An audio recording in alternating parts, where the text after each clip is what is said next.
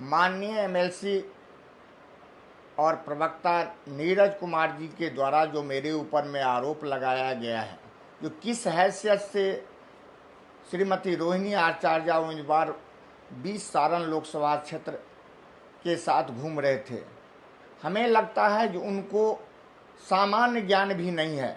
उनको सबसे पहले इलेक्शन मैनुअल को पढ़ना चाहिए, इलेक्शन के प्रक्रिया को पढ़ना चाहिए और इलेक्शन में कैंडिडेट को क्या क्या करना है इसके बारे में पढ़ना चाहिए।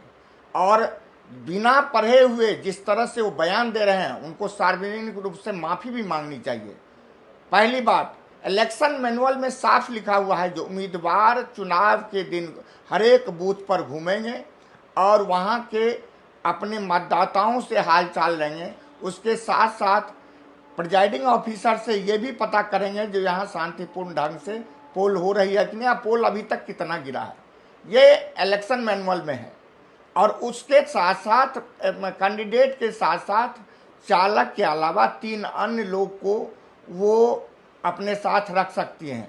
इसके लिए निर्वाची पदाधिकारी को लिख करके देना पड़ता है जो मेरे साथ कौन कौन लोग रहेंगे, और उसका विधिवत लाल रंग का पास बनता है और उस पास के हैसियत से कैंडिडेट और उनके साथ जो अन्य 3 लोग हैं वो सभी लोग बूथों पर घूमते हैं। ये सामान्य प्रक्रिया है इलेक्शन मैनुअल का।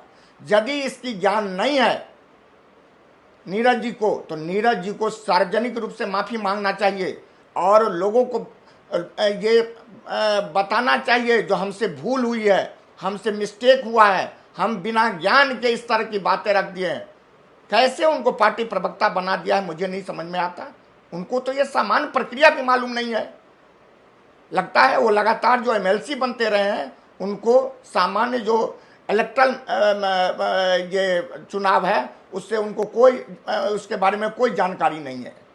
मैं ये भी बताना चाहता हूं जो हम लोग 318 और 319 बूथ पर जो गए थे उस समय में हम और डॉक्टर रोहिणी आचार्य जी थी और केवल ये प्रिजाइडिंग ऑफिसर से इतना पूछ रहे थे जो आपके यहाँ कितना पोल हुआ है। उसी समय राजीव प्रताप रूढ़ी जी के गुंडों द्वारा हमला किया गया, गाली गलौज किया गया, अपमानित किया गया और उसके बावजूद अगले दिन अर्थात आज सुबह में 3 हमारे साथियों को गोली मारी गई।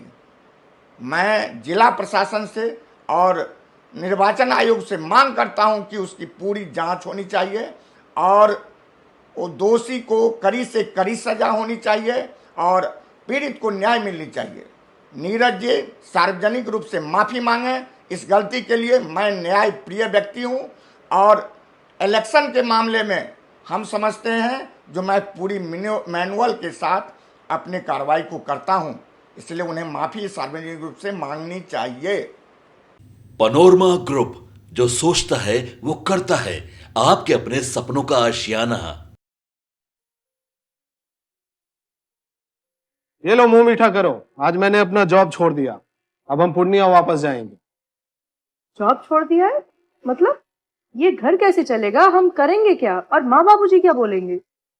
इसलिए मैं एक और मिठाई का डब्बा लाया। अपने बिजनेस के लिए लोन अप्रूव हो गया।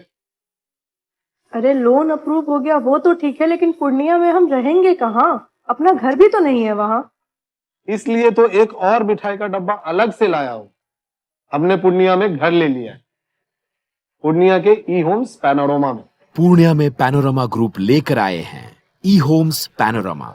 बड़ा घर, आलीशान जिंदगी और अत्याधुनिक सुविधाओं के संग। अरे अब क्यों मुंह मीठा करवा रही हो? क्योंकि हम घर वापसी जो कर रहे हैं। घर वापसी की खुशी पूर्णिया में ई होम्स पैनोरमा के संग। E Homes Panorama, luxurious lifestyle redefined.